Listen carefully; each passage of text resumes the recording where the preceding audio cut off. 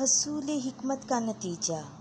میں جامع یروشلم میں اسرائیل پر بادشاہ تھا۔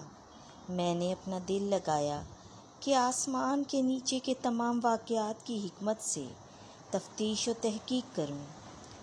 خدا نے بنی آدم کو رنج کا یہ شغل دیا تاکہ اس سے دکھ پائیں۔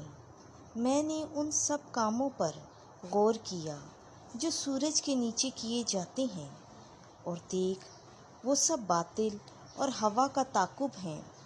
جو ٹیڑھا ہے وہ سیدھا نہیں کیا جا سکتا، اور جو ناقص ہے وہ کامل نہیں ہو سکتا۔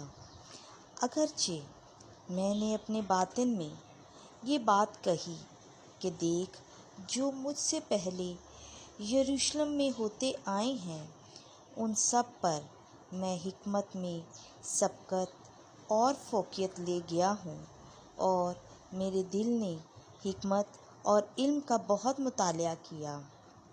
تاہم جب میں نے حکمت اور علم اور دیوانگی اور حماقت کے جاننے کے لیے اپنا دل لگایا تو میں نے معلوم کیا کیا یہ بھی ہوا کا تعاقب ہے، کیونکہ بہت حکمت میں بہت غم ہے، اور جس کا علم زیادہ ہوا اس کا دکھ بھی زیادہ ہوا۔